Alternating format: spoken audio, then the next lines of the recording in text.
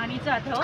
मी राहणार लमान तांडा खडकी, जिल्हा परिषद शाळेमध्ये शिकत आहे. आता 6 महिने झालं आम्हाला प्रशिक्षण म्हणून घेतलेलं आहे. तर आमची अपेक्षा हीच आहे की आता सध्या 6 महिन्यासाठी घेतले, तर 6 महिन्याच्या नंतर ना आम्हाला काय करावं ही अशी एक हे राहिलेली आहे, इच्छा आहे की आमची 6 महिन्यानंतर कमीत कमी अजून 6 महिने मुदत वाढ करावी अशी आमची अपेक्षा आहे.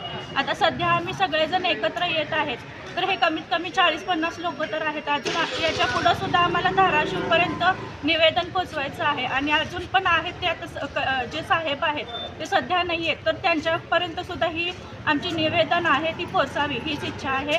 आणि मेन गोष्ट म्हणजे आता 2 ते 3 महिने झालं आमची पेमेंट नाही आहे, पगार नाही आहे. तर ही पगारसुद्धा आम्हाला व्यवस्थित वेळेवर मिळालं पाहिजे ही आमच्या सगळ्यांची इच्छा आहे सर. तर त्याच्यासाठी आम्ही निवेदन दिले, तर ही एक इच्छा पण पूर्ण करावी आमच्या सगळ्यांची. तुमचे कर्मचारी किती आहेत नेमका? आमचे आता सध्या 200 आहेत सगळे मिळून तुळजापूर तालुक्याचे.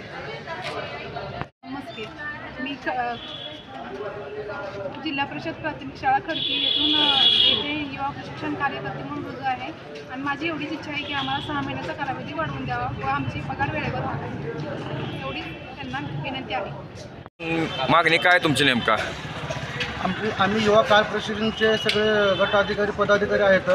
आमच्या मागण्या एवढ्याच आहेत की आमचा कार्यकाल 6 महिन्याचा होता, तो आम्हाला आता 11 महिन्याचा द्यावा आणि जर 11 महिन्याचा कालावधी नाही केला तर आम्हाला कायमस्वरूपी तर करून द्यावे, कारण जेणेकरून आम्हाला काहीतरी रोजगार उपलब्ध करून द्यावे सरकारने.